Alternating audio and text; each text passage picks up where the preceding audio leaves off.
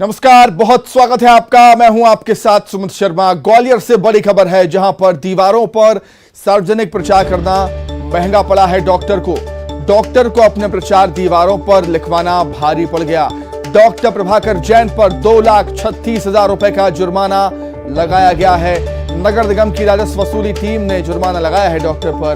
Madhya Pradesh outdoor विज्ञापन media नियम 2017 के तहत ये जुर्माना लगा है। शहर की दीवारों पर डॉक्टर ने क्लिनिक के विज्ञापन लिखवाए थे और उसी के तहत डॉक्टर पर कार्रवाई हुई है, जुर्माने की कार्रवाई हुई है। 2,36,000 रुपए का जुर्माना लगाया है। नगर निगम की राजस्व वसूली में ये जुर्माना लगाया गया।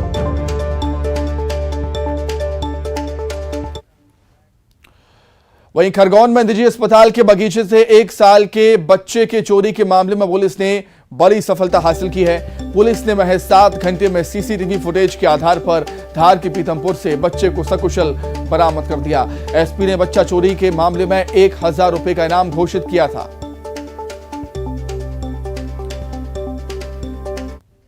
को एक निजी अस्पताल के बगीचे के पास से एक बच्चे चोरी होने से पूरे शहर में सनसनी फैल गई थी, लेकिन पुलिस की मुस्तैदी से बताया जा रहा है कि मात्र 7 घंटे में बच्चे को पीथमपुर के पास से बरामद कर लिया गया है। अब पुलिस के द्वारा अगली कार्रवाई की जा रही है, लेकिन जिस प्रकार से परिजनों की लापरवाही से बच्चे को चोरी किया गया था, उस मामले में एक महिला और जो पुरुष है दोनों सीसीटीवी कैद हो गए थे और उसके बाद पुलिस ने एफआईआर लिखने के पहले ही जिस मुस्तैदी से काम किया, निश्चित ही पुलिस की इस कार्रवाई को एक बड़ी सफलता के रूप में देखा जा रहा है। आशुतोष पुरोहित, न्यूज 18 खरगोन।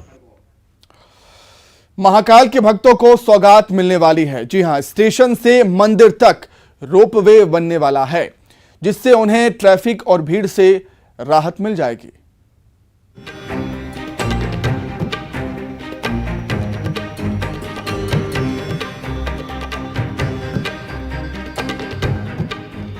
उज्जैन में प्रसिद्ध ज्योतिर्लिंग बाबा महाकाल के दर्शन के लिए आने वाले भक्तों के लिए खुशखबरी है। श्रद्धालुओं को महाकालेश्वर मंदिर जाने के लिए न ट्रैफिक का सामना करना पड़ेगा, न ही भीड़ से गुजरना होगा। भक्त स्टेशन से रोपवे के जरिए सीधे महाकाल मंदिर जा पाएंगे। सीएम शिवराज ने भक्तों को बड़ी सौगात दी है। स्टेशन से बाबा महाकाल के मंदिर तक रोपवे बनाया जाएगा। उज्जैन आए केंद्रीय मंत्री नितिन गडकरी भी इसका जिक्र कर चुके हैं, लेकिन अब सीएम के ऐलान के बाद रोपवे की योजना पर मुहर लग गई है। हमने प्रार्थना की थी गडकरी जी से कि अगर उज्जैन रेलवे स्टेशन से ट्रेन से उतर के रोपवे में भक्त बैठे और सीधे महाकाल मंदिर के प्रांगण में उतर जाएं, तो सीधे वहां उतर के दर्शन करेंगे और फिर रोपवे से ही वापस रेलवे स्टेशन आ जाएंगे। धन्यवाद देते हुए कहना चाहता हूं, गडकरी जी ने यह मांग स्वीकार कर ली और जल्दी ही रेलवे स्टेशन से महाकाल महाराज के मंदिर तक रोपवे को प्रारंभ करने की कार्रवाई प्रारंभ की जा रही है। बाबा महाकाल के दर्शन के लिए उज्जैन में भक्तों का सैलाब उमड़ता है। इस दौरान ट्रैफिक जाम की स्थिति बनती है, जिससे लोगों को काफी परेशानी होती है, लेकिन रोपवे बन जाने के बाद भक्त स्टेशन से सीधे महाकाल मंदिर के प्रांगण में उतरेंगे। इससे भक्तों को काफी सुविधा होगी। सीएम ने इस सौगात के लिए पीएम मोदी और नितिन गडकरी को धन्यवाद दिया है और उज्जैन की जनता को बधाई भी दी है। बस का सफर आपने भी किया होगा और बस स्टैंड पर चना मूंगफली खरीद कर भी खाए होंगे, लेकिन किसी चने बेचने वाले को फर्राटेदार अंग्रेजी बोलते कभी देखा है आपने? नहीं देखा है, नहीं सुना है, तो चलिए हमारे साथ आदिवासी बाहुल जिले Balrampur. Brothers, sisters, uncles, aunties and gentlemen, I am your well-known DL who is presenting you a fresh, green and healthy giving gram. बोली जुदा, स्टाइल जुदा।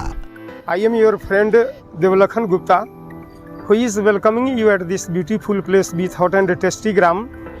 लेकिन ना तो ये तस्वीर 7 समंदर पार के किसी शहर की और ना ही ये हिंदुस्तान की कोई मेट्रो सिटी है, तो इस लाइसेंसी दुकान से यानी यहाँ से केवल 10 रुपए का चना लीजिए, बल्कि यह है धान के कटोरे छत्तीसगढ़ के आदिवासी बाहुल्य जिले बलरामपुर के राजपुर बस स्टैंड की तस्वीर, जहां इसी अंदाज में देवलखन गुप्ता अपने ग्राम यानी कि चने की बिक्री करते हैं। फर्राटेदार अंग्रेजी में देवलखन चने की खूबियां और उसके खाने के फायदे सब गिनाते हैं और साथ साथ गारंटी भी देते हैं। So try it once in a day. देवलखन बीते 30 सालों से चना बेचने का काम कर रहे हैं। हालांकि ऐसा नहीं कि इनके पास कोई ऊंची डिग्री है और मजबूरी में यह काम उन्होंने अपनाया है, बल्कि 10वीं पास देवलखन को अंग्रेजी सीखने का शौक था। पहले टूटी फूटी अंग्रेजी बोलते, लेकिन दोस्तों ने उसमें सुधार कराया और अब देखिए अंग्रेजी के मास्टर भी बस सुनते रह जाएंगे। Satna Bhilai and Maharashtra, thank you. वैसे देवलखन का चना बेचने का अंदाज वाकई जुदा है। माइक और स्पीकर के जरिए वो चने की बिक्री तो कर ही रहे हैं, साथ ही लोगों को फर्राटेदार अंग्रेजी बोलकर हैरान भी कर रहे हैं, क्योंकि आज भी हिंदुस्तान की बड़ी आबादी किसी सामान्य व्यक्ति को फर्राटेदार अंग्रेजी बोलता देख चक्कर में जरूर पड़ जाती है। सूरज गुप्ता, न्यूज़ 18, बलरामपुर। झाबुआ में अनोखी कावड़ यात्रा निकाली गई। ऐसी कावड़ यात्रा जिसमें कावड़िए के कंधे पर जल नहीं बल्कि पौधे हैं। देखिए आप। देखिए, अभी तक तो हमने उस कावड़ में लोटा देखा था, लेकिन पौधे लेके आए और बच्चे लेके जा रहे थे। उस चीज को देख के बड़ा खुशी हुई हमें।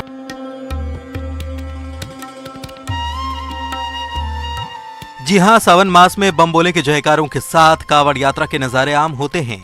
लोग जल से भगवान शिव का अभिषेक करते हैं, लेकिन झाबुआ में हरित कावड़ यात्रा निकाली गई, जिसमें कावड़िए जल के लोटे की जगह पौधे अपने कंधे पर उठाकर चले। पौधारोपण से प्रकृति का अभिषेक करते हैं। बड़ी पूंजी अगर किसी इंसान की होगी तो वो एक पेड़ ही हो सकता है, क्योंकि अभी हम लोग उस चीज़ की इम्पोर्टेंस नहीं समझ पा रहे हैं कि एक पेड़ कितनी ज़्यादा आपको वैल्यू दे सकता है। तो आने वाले समय में मुझे लगता है कि शायद आने वाली पीढ़ी इस चीज़ को समझ पाएगी कि हम लोग एक एक पेड़ को लगाने के लिए इतनी इम्पोर्टेंस क्यों दे रहे हैं। इस हरित कावड़ यात्रा में शहर के 60 से अधिक संगठनों ने हिस्सा लिया। ये कावड़ यात्रा झाबुआ के बस स्टैंड से हाथीपावा की पहाड़ी तक निकाली गई, जहां पौधे लगाए गए। 60 से 70 संगठनों के प्रतिनिधि यहाँ उपस्थित हुए हैं और करीब 300 पौधे अलग अलग प्रजाति के यहाँ रोपे गए हैं। इसमें एक जो संदेश बाजार में दिया गया लोगों को, नागरिकों को, वो यह था कि कावड़ हरित यात्रा निकाली गई और कावड़ में जो है पौधे लेकर कंधे पर उठा के हुए यहाँ लाए गए और सामाजिक संगठनों का सम्मान किया गया। जो लोग हाथीपावा की पहाड़ियों को संरक्षित करने के लिए अपना योगदान देते हैं, उन लोगों का भी सम्मान हुआ। इस कावड़ यात्रा के जरिए शहर में ये संदेश देने की कोशिश की गई है कि पर्यावरण को सहेजने के लिए पौधे लगाने कितने जरूरी हैं।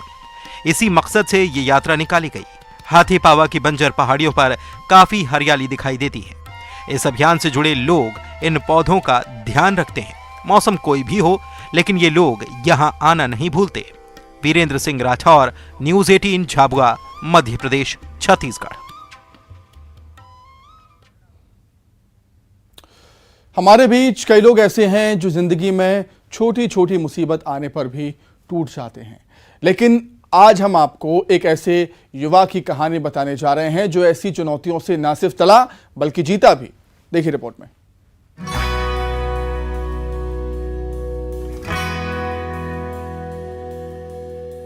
जिंदगी में इम्तिहान तो बहुत आते हैं, लेकिन जीने का जज्बा हो तो उसे पास करना आसान हो जाता है। कुछ इसी तरह की कहानी है भोपाल के मशहूर AVN चाय वाले प्रद्युमन सिंह चडार की। जी हाँ, प्रद्युमन एक्टर बनने का सपना लेकर भोपाल आया था, लेकिन वो एक ऐसी बीमारी से ग्रसित हो गया जिसमें चलना फिरना तो दूर, खड़े रहना भी मुश्किल था। इलाज के लिए उसे कई महीनों तक अस्पताल में भर्ती रहना पड़ा। शारीरिक कमजोरी के चलते उसके एक्टर बनने का सपना टूट गया, लेकिन प्रद्युमन ने अपनी हिम्मत नहीं हारी और AVN यानी अवास्कुलर नेक्रोसिस नामक इस बीमारी से लड़ने का निश्चय कर लिया। उसने इसी बीमारी के नाम से एक चाय दुकान भी खोल ली। अब प्रद्युमन को लोग उसके नाम से कम और AVN चाय वाले के नाम से अधिक जानते हैं। टाइम डिसीजन लिया कि मैं ऑपरेशन तो नहीं करवाऊं, क्योंकि मैंने इसके बारे में सर्च किया फिर घर आके कि इसमें ऑपरेशन करवाने के बाद भी आप 15 से 20 साल ओनली सही से चल सकते हैं, इसके बाद आपको फिर से ऑपरेशन करवाना पड़ेगा। तो मैंने ऑपरेशन नहीं करवाया। फिर उसके बाद क्या है, मैं फर्स्ट टाइम ये सोचा था कि मैं एक्टिंग करूंगा, अच्छा एक्टर बनूंगा। गांव से निकला हूं मैं, तो मैंने सोचा कुछ नया करता हूं, है ना। पर भोपाल में आकर जब ये सब घटना मेरे साथ जब घटती है तो फिर मैंने सोचा क्या करना चाहिए। मैं इस बीमारी में जकड़ जाता हूँ। फिर काफ़ी जगह मैंने इलाज करवाया। अभी कुछ 3 महीने पहले मैं फरवरी में पंडित खुशीलाल हॉस्पिटल चूनाभट्टी कोलार पर है, उसमें एडमिट रहा हूँ 3 महीने के लिए। डॉक्टर संजय श्रीवास्तव हैं, उनके अंडर में एडमिट था मैं। उन्होंने ट्रीटमेंट किया, काफ़ी मुझे 40 से 60% आप कह सकते हैं इतना आराम है, तभी जाके मैं स्टॉल को रन कर रहा हूँ। अभी कंटिन्यूटी रखा। मैसेज क्या देना चाहेंगे? अब एवीएन के नाम से आपने अपनी बीमारी का नाम अपनी दुकान को दे दिया है, तो मैसेज में ये देना चाहूँगा कि सर आपकी जो प्राइम एज होती है लाइफ में ना, आपको 2 चांस मिलते हैं। फर्स्ट टाइम तो मेरा शॉर्ट चला गया, एक्टिंग का जो मेरा कैरियर था वो शॉर्ट चला गया, पर ये मैं जानता हूँ कि ये मेरा जो चाय का टी स्टॉल है ना, ये मेरा सेकंड चांस है और ये मेरा राइट डिसीजन है। राइट डिसीजन ऐसा है कि अब करना इसी को है मुझे, अब इसके अलावा कोई ऑप्शन ही नहीं है, क्योंकि मोमेंट्स भी नहीं होते मुझसे। अब अगर मैं एक्टिंग करने जाता हूँ इसलिए शो या कहीं पर भी। हमारे आसपास कई लोग ऐसे हैं जो छोटी छोटी मुसीबत आने पर भी टूट जाते हैं। ऐसे तमाम लोगों के लिए प्रद्युमन एक मिसाल बनकर उभरा है। उसकी दुकान पर चाय पीने के लिए जो कस्टमर आते हैं वो भी इनकी इस हिम्मत की सराहना करते हैं।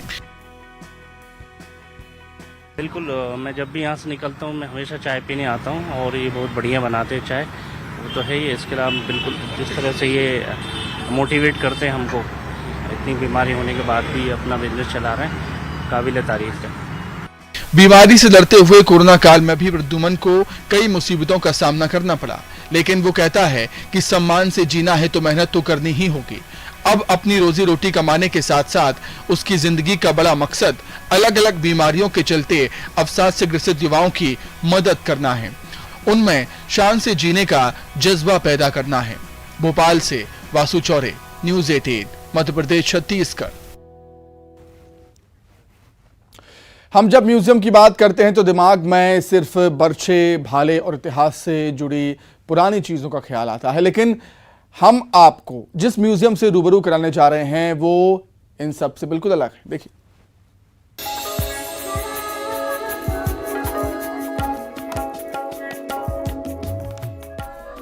फलों का राजा आम, जिसकी 1, 2 नहीं बल्कि सैकड़ों प्रजातियां होती हैं।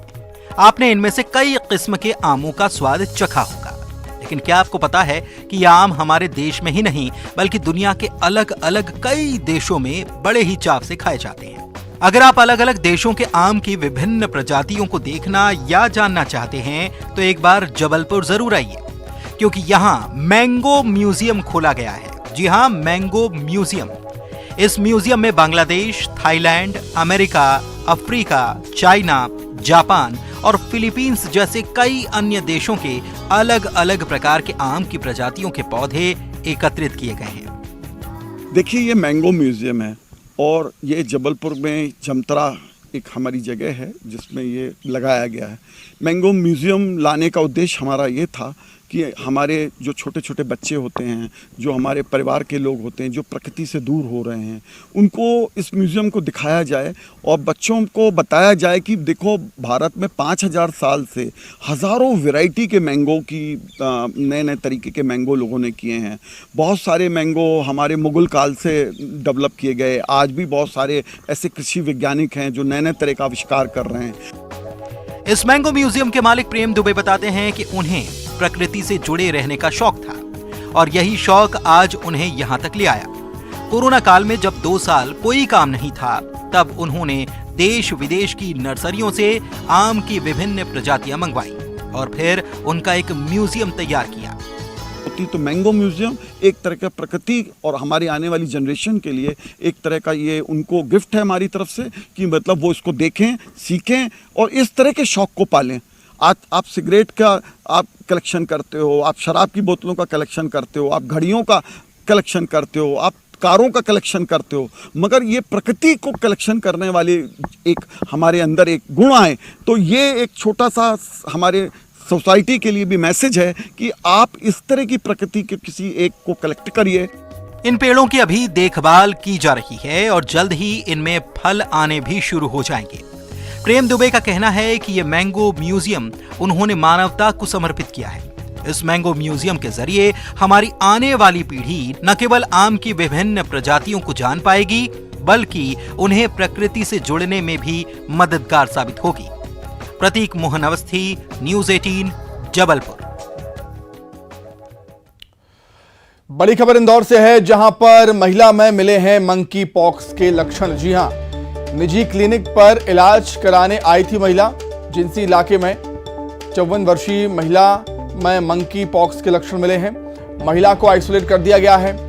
स्वास्थ्य विभाग आज सैंपल लेने के लिए जाएगा। महिला के जांच के लिए पुणे भेजे जाएंगे सैंपल। तो इंदौर से बड़ी खबर आपको बता रहे हैं, जहां पर एक महिला में मंकी पॉक्स जैसे लक्षण पाए गए हैं। स्वास्थ्य विभाग आज महिला का ब्लड सैंपल लेगा और पुणे भेजेगा जांच के लिए।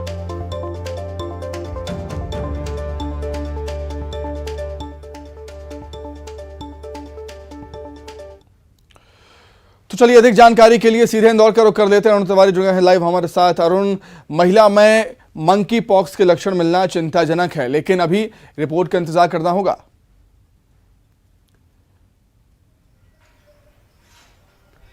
बिल्कुल, देखिए, मंकी पॉक्स के लक्षण नहीं मिले हैं। मंकी पॉक्स जैसे लक्षण दिखाई दे रहे हैं, क्योंकि महिला को 10 से 12 दिन से बुखार आ रहा था और उसके शरीर पर चकत्ते पड़ रहे हैं, जो कि मंकी पॉक्स के लक्षण हैं। लेकिन अभी कंफर्म नहीं है कि इसको मंकी पॉक्स है। इसके जो सैंपल है, आज स्वास्थ्य विभाग इसके सैंपल लेगा, इसको पुणे की लैब में भेजा जाएगा, उसके बाद ही ये कंफर्म हो जाएगा। हालांकि जिस तरह का अलर्ट जारी किया गया है, उससे लोगों को सचेत रहने की जरूरत है, क्योंकि देश में 4 मरीजों को अब तक मंकी पॉक्स के लक्षण सामने आए हैं, जिसमें 3 केरल के और दिल्ली का मरीज, इसमें एक की मौत भी हो चुकी है। ऐसे में ज्यादा अलर्ट रहने की जरूरत है। लोग थोड़ा सा दूर रहें और वो हाथ ना मिलाएं किसी से। जो बाहर के लोग आ रहे हैं वो हाथ ना मिलाएं। इस तरह का अलर्ट भी मध्य प्रदेश में जारी किया गया है। लेकिन यदि इस महिला को मंकी पॉक्स का लक्षण कंफर्म होते हैं तो एक चेतावनी होगी मध्य प्रदेश के लिए और खासतौर से इंदौर के लिए, क्योंकि ये बहुत ही खतरनाक बीमारी है और बड़ी तेजी से पूरे विश्व में फैल रही है। अभी तक इसकी वैक्सीन नहीं बनी है। हालांकि जो वैज्ञानिकों का कहना है कि अभी वैक्सीन की जरूरत नहीं है। अगर ये बीमारी ज्यादा बढ़ेगी तब जरूर इसकी वैक्सीन बनाई जाएगी और 1-2 हफ्ते तक ये बीमारी रहती है, लेकिन 3-4 दिन में इसके लक्षण सामने आते हैं। बड़ी बात यह है कि इसके जो लक्षण है वो 3-4 दिन में आते हैं, इसलिए लोगों को पता नहीं लग पाता है। तो यही कहा जा रहा है कि लोग अलर्ट रहें, सावधान रहें और किसी से हाथ ना मिलाएं। और जो अगर बुखार और चकत्ते शरीर पर आते हैं तो अपनी जांच जरूर कराएं और डॉक्टरों के पास अवश्य जाएं। बिल्कुल अरुण, तो उम्मीद तो हम यही करेंगे कि महिला में मंकी पॉक्स की पुष्टि ना हो। बहुत धन्यवाद आपका तमाम जानकारी के लिए। आगे बढ़ते हैं। बस्तर संभाग के जगदलपुर में 7 करोड़ 50 लाख की लागत से प्रियदर्शनी स्टेडियम का निर्माण किया गया था, ताकि खेल और खिलाड़ियों की प्रतिभा को निखारा जा सके। लेकिन ग्राउंड में भ्रष्टाचार की घुन कुछ ऐसी लगी है कि ग्राउंड खेल का मैदान कम, जंपिंग ग्राउंड ज्यादा बन गया है।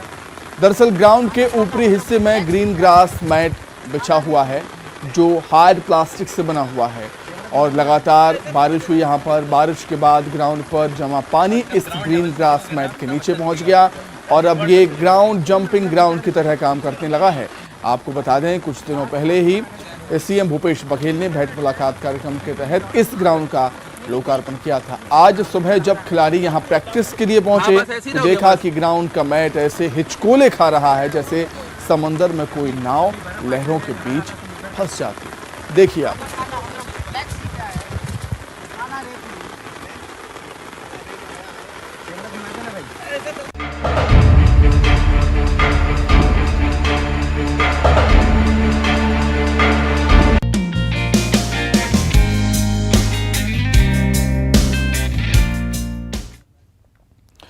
अक्सर आपने शादी विवाहों में जश्न का माहौल और ढोल धमाकों की रौनक देखी होगी, लेकिन रिटायर होने पर ऐसा शानदार नज़ारा कभी आपने शायद ना देखा हो। तस्वीरें देवास के एसपी दफ्तर की हैं और घोड़े पर जो शख्स बैठे हैं वो हैं रिटायर्ड नंदकिशोर वैष्णव। नंदकिशोर कोतवाली थाने में तैनात थे और उनके रिटायरमेंट पर और रिटायर्ड होने की खुशी में एसपी दफ्तर से कोतवाली थाने तक बारात की शक्ल में जुलूस निकाला गया, जिसमें ढोल नगाड़े और लोग नाचते हुए नजर आए और अपने चहेते एएसआई के सम्मान में सभी लोग निकले जुलूस में रिटायर्ड एएसआई को कि सिर्फ घोड़े पर बिठाकर सम्मानित नहीं किया गया, बल्कि नंदकिशोर के रिश्तेदारों का भी सम्मान पुलिस ने किया है। अपनी शानदार विदाई से अभिभूत हुए नंदकिशोर का कहना है कि वो 40 सालों तक वर्दी की सेवा करते रहे। अपनी फिटनेस मेंटेन करने के लिए वो साइकिल से ही थाने आने जाते हैं।